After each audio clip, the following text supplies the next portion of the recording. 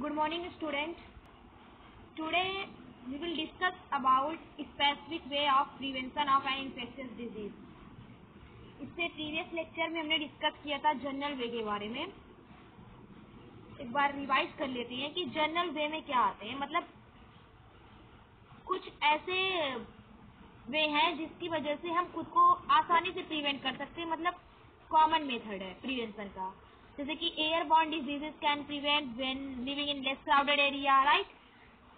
Waterborne diseases को हम clean drinking water इस्तेमाल करके बच सकते हैं उससे. वेक्टर-बॉर्न डिजीजेस से हम अगर अपने इन्वायरमेंट को हाइजेनिक बनाएंगे तो वेक्टर-बॉर्न डिजीजेस लाइक मलेरिया है, एलिफेंटियासिस है, ये सारी डिजीज से हम क्योर कर सकते हैं. इसके अलावा availability of proper and sufficient food, इससे क्या होता है कि हमारा जो इम्यून सिस्टम है वो स्ट्रांग होता है, राइट.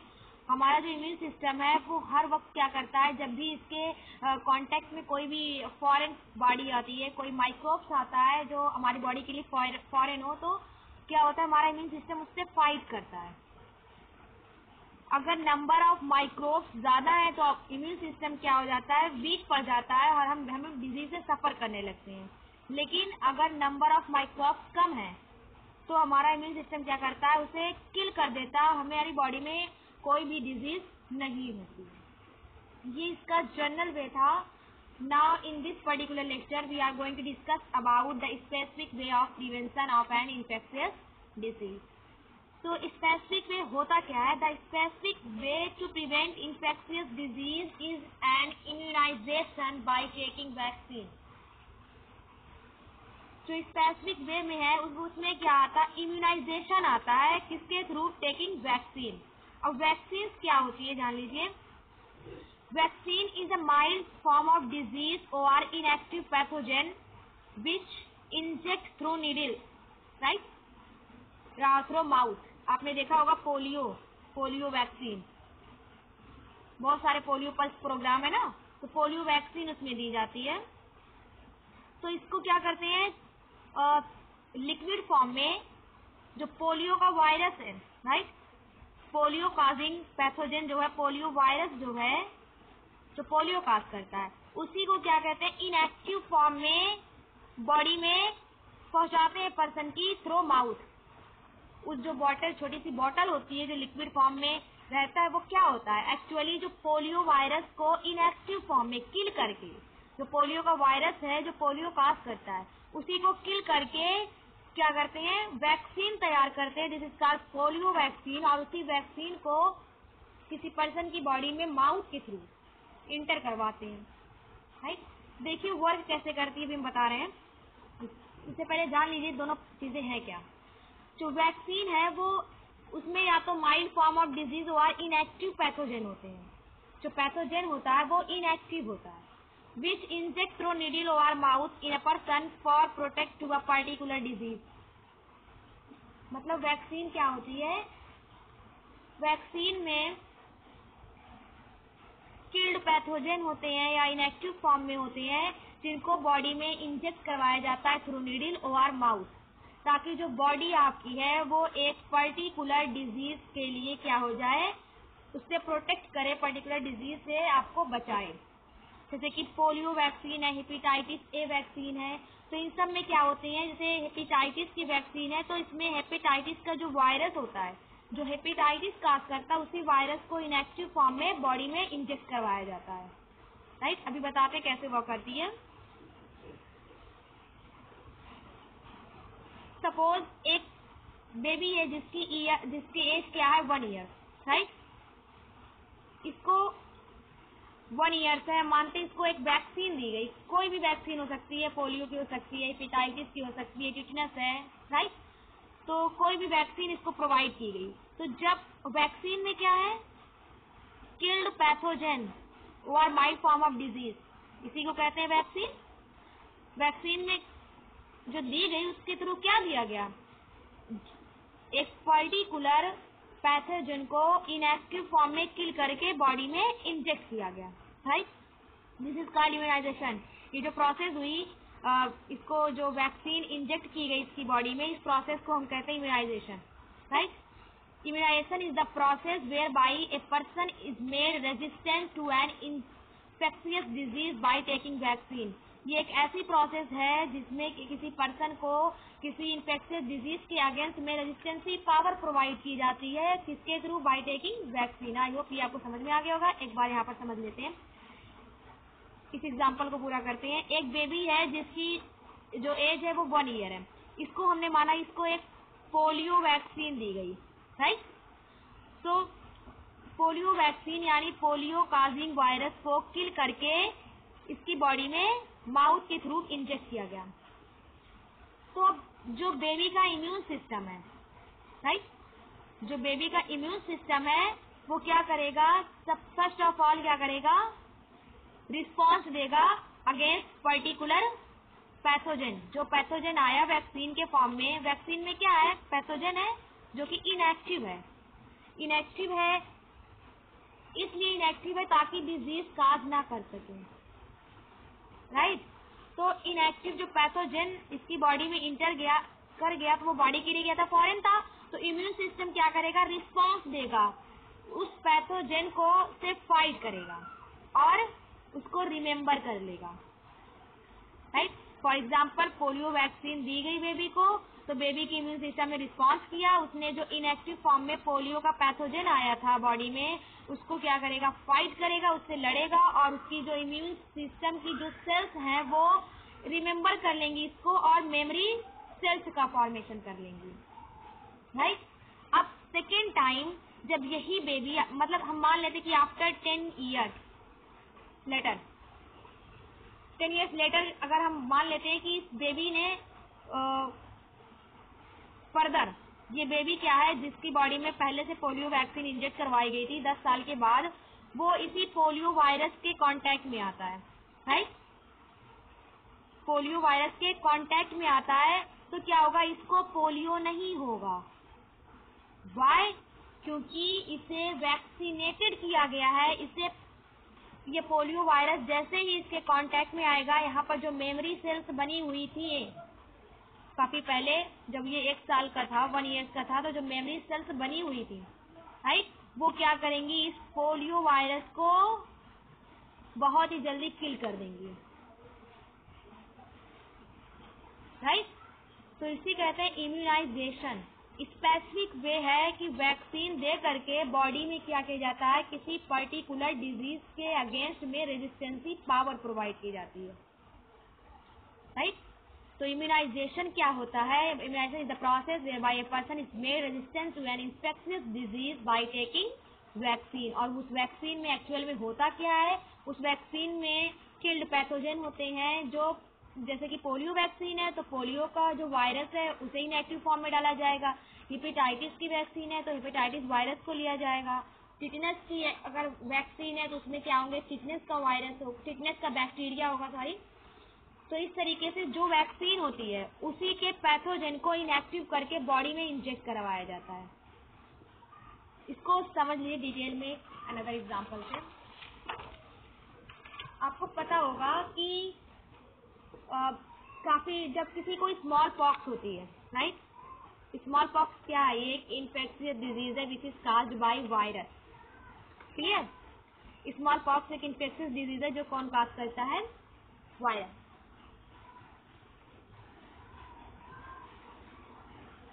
क्या था कि बहुत 100 ईयर्स एगो स्मॉल पॉक्स क्या थी? एपिडेमिक थी। एपिडेमिक मतलब स्मॉल पॉक्स बहुत ज्यादा फैली हुई थी, जैसे आजकल कोविड-19 है। तो स्मॉल पॉक्स, और इससे क्या होता है? अगर किसी पर्सन जो कि स्मॉल पॉक्स से सफर कर रहा है, अगर उसके नियर में कोई हेल्दी पर्सन आएगा तो क्या होता है? ये जो डिजीज है स्मॉल पॉक्स का जो वायरस है वो हेल्दी पर्सन को भी अफेक्ट कर देता है। कांटेक्ट होने से ये डिजीज क्या होती है? स्प्रेड होती है। फिजिकल कांटेक्ट के थ्रू ये डिजीज स्प्रेड होती है। तो काफी साल पहले, नियर अबाउट 100 ईयर्स एगो, जो स्मॉल पॉक्स थी वो बहुत ज्यादा फैली हुई थी, एपिडेमिक थी, राइट। लोग बहुत ज्यादा डरते थे, स्मॉल पॉक्स इन्फेक्टेड पर्सन के करीब नहीं जाते थे, उन्हें डर लगता था कि ये जो स्मॉल पॉक्स है ये हमें भी हो जाएगी। लेकिन उसी में एक ग्रुप ऐसा था जो स्मॉल पॉक्स इन्फेक्टेड पर्सन जो थे, राइट, जो स्मॉल पॉक्स से सफर करने वाले पर्सन से उनकी देखभाल कर रहा था। राइट, वो एक ग्रुप ऐसा था जो क्या कर रहा था, इन जो स्मॉल पॉक्स सफर करने वाले पर्सन की क्या कर रहा था, नर्सिंग कर रहा था, उसकी देखभाल कर रहा था। तो वो जो ग्रुप था, राइट, वो जो ग्रुप था वो ऐसे लोगों का ग्रुप था जिसको लाइफ में कभी स्मॉल पॉक्स हो चुकी थी। मतलब एक ग्रुप ऐसा था उसमें जिसको पहले स्मॉल पॉक्स हुई थी, लेकिन वो सरवाइव कर गए। जैसे कि फॉर एग्जांपल आपने सुना होगा, अगर किसी को एक बार स्मॉल पॉक्स हो जाती है उसको दोबारा चांसेस नहीं होते होने के। तो वही ये ग्रुप था कि इनको पहले कभी पास्ट में स्मॉल पॉक्स हो चुकी थी, लेकिन ये सरवाइव कर गए, ठीक हो गए, बच गए और सरवाइव कर गए। राइट, तो ये जो ग्रुप था सरवाइव होने वाला, ये क्या कर रहा था, जो स्मॉल पॉक्स फैली हुई थी उस स्मॉल पॉक्स से सफर करने वाले पर्सन की क्या कर रहा था, देखभाल कर रहा था। राइट, तो इससे ही इम्यूनाइजेशन बना है कि जब एक बार कोई भी पर्टिकुलर माइक्रोब्स बॉडी में इंटर कर जाता है तो जो इम्यून सिस्टम है वो क्या कर लेता है, उसको याद कर लेता है। राइट, जब फर्स्ट टाइम स्मॉल पॉक्स के वायरस ने इस ग्रुप जिस पर अटैक किया, मतलब इस ग्रुप में बहुत सारे इंडिविजुअल्स थे, पर्सन थे, उस पर अटैक किया, तो इनकी जो मेमोरी इम्यून सिस्टम था वो रिस्पॉन्स किया और उसको याद कर लिया। राइट, अब जब ये दोबारा इनकी देखभाल कर रहे हैं, इस वायरस के कांटेक्ट में आ रहे हैं, राइट, तो जो इसका इम्यून सिस्टम में जो मेमोरी सेल्स बनी हुई थी वो क्या कर रहे हैं, इस वायरस को किल कर दे रहे हैं। भाई जैसे कि अगर कोई कमजोरी पता चल गई है भाई इनकी, इसमें इन्होंने पहले अटैक किया तो क्या हुआ कि काफी टाइम लगा ठीक होने में, लेकिन अब दोबारा ये अटैक करना चाह रहे हैं, तो ये तो पता चल गया है इम्यून सिस्टम को कि ये किस तरीके से किल होंगे, तो ये क्या करता है, जल्दी से किल कर देता है इसको। राइट, तो इसी से इम्यूनाइजेशन वर्ड बना है कि बॉडी को इम्यूनाइज किया जाता है। अगर सपोज कोई डिजीज है, हेपेटाइटिस है, तो अगर इसका खतरा है हेपेटाइटिस का, तो क्या करते हैं, पहले ही क्या करते हैं, किसी पर्सन की बॉडी में हेपेटाइटिस को as a vaccine, inactive hepatitis virus को वैक्सीन के फॉर्म में बॉडी में इंजेक्ट करवा देते हैं, और बॉडी में जो इम्यून सिस्टम है वो इससे फाइट करता है और इसको रिमेम्बर कर लेता है। जब ये पर्सन हेपेटाइटिस वायरस के कांटेक्ट में आता है तो इसे कोई दिक्कत नहीं होती, आसानी से इसको भगा देता है। क्लियर, इसी तरीके से वैक्सीनेशन स्टार्ट होता है, इम्यूनाइजेशन प्रोसेस होती है। फिर से भी आपने सुना होगा, जब फर्स्ट बार जो आपको इन्फ्लुएंजा होता है, कॉमन कोल्ड होता है, तो उसको काफी टाइम लगता है ठीक होने में। आपने देखा होगा जो 6 मंथ या फिर 1 ईयर्स के जो बच्चे होते हैं, छोटे बेबी होते हैं, जब उनको कॉमन कोल्ड होता है तो हो सकता है कि जो कॉमन कोल्ड है वो जल्दी ठीक नहीं होता, निमोनिया की कंडीशन आ जाती है। क्यों? क्योंकि भाई जो न्यू बॉर्न बेबी है, जो 6 मंथ का है, उसने फर्स्ट टाइम देखा है कॉमन कोल्ड के वायरस को। अब उसका इम्यून सिस्टम उसे फाइट करेगा, उसको समझेगा, तब तो उसको याद करेगा। और जब एक बार इसको कॉमन कोल्ड हो गया और ये ठीक हो गया, जब फर्दर दोबारा कुछ टाइम के बाद इसको कॉमन कोल्ड होगा तो उतना टाइम नहीं लगेगा, बहुत जल्दी ठीक हो जाएगा। क्यों? क्योंकि जो इम्यून सिस्टम ने एक बार उससे लड़ चुका है, उसे पता है इसको किस तरीके से भगाना है, किल करना है। राइट, तो इस तरीके से इम्यूनाइजेशन, बॉडी को इम्यूनाइज किया जाता है किसी पर्टिकुलर इन्फेक्शियस डिजीज के लिए, ताकि वो उससे रेजिस्टेंसी पावर को शो करे। राइट, जैसे कि आजकल कोरोना वैक्सीन जो बनाई जा रही है, राइट, अभी बनी कहाँ है, पता नहीं कब आएगी। तो जो कोरोना वैक्सीन में क्या करते हैं, वैक्सीन होती है कि डिजीज का माइल्ड फॉर्म होता है, इतने इनएक्टिव होते हैं पैथोजन की अगर उनको बॉडी में इंजेक्ट कराओ तो वो डिजीज को काज नहीं करते। नंबर ऑफ माइक्रोब्स क्या होते हैं, वो कम होते हैं, जिससे डिजीज का जो मैनिफेस्टेशन है वो बहुत ही वेरी वेरी लो होता है, निग्लेक्ट होता है।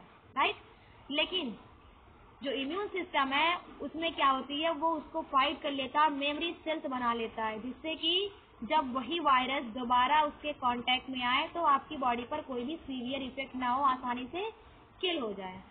राइट, तो इस तरीके से वैसे बहुत सारे ऐसी डिजीज हैं जिसकी वैक्सीन, जैसे कि टिटनस है, डिप्थीरिया है, वुपिंग कफ है, पोलियो है, रेबीज है।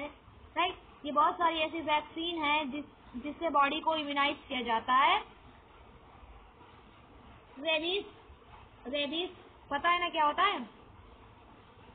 रेबीज जो है वो डॉग बाइट से स्प्रेड होती है।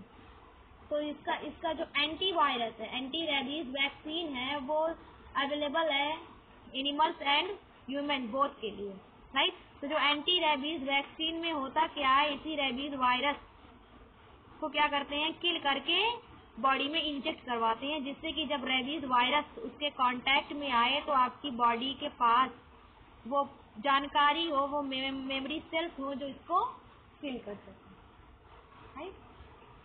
तो इस तरीके से स्पेसिफिक वे किया जाता है इम्यूनाइजेशन के through. Immunization is the process whereby a person is provide resistancy against a particular infectious disease. Immunization एक ऐसी प्रोसेस है जिसमें पर्सन को के अंदर रेजिस्टेंसी पावर प्रोवाइड की जाती है, किसके थ्रू? वैक्सीन के थ्रू। और वैक्सीन में क्या होता है, माइल्ड फॉर्म ऑफ डिजीज होती है, यानी जो नंबर ऑफ पैथोजन होते हैं वो इतने कम इनएक्टिव होते हैं कि उसका वो डिजीज काज नहीं कर सकते आपकी बॉडी में। वो बस उनका काम इतना होता है कि ये जा करके आपके इम्यून सिस्टम को क्या करे, इम्यून सिस्टम इसको फाइट करे और इसको मेमोरी सेल्स के फॉर्म में याद कर ले, ताकि जब दोबारा कभी भी हमें लाइफ में इस वायरस को फेस करना पड़े तो हमारा इम्यून सिस्टम बिल्कुल तैयार हो, उसे पता हो कि किस तरीके से उसे किल करना है। तो ये प्रिवेंशन का स्पेसिफिक वे है। यहाँ पर एक नाम है एडवर्ड जेनर। एडवर्ड जेनर एक फिजिशियन, इंग्लिश फिजिशियन थे। इन्होंने वैक्सीनिया वर्ड स्टार्ट किया और स्मॉल पॉक्स के लिए वैक्सीन बनाई 2000, राइट। तो इन्होंने कैसे मतलब वैक्सीन का वर्ड इस्तेमाल किया, इन्होंने एक सर्वे के थ्रू एक कंडक्ट किया, एक सर्वे।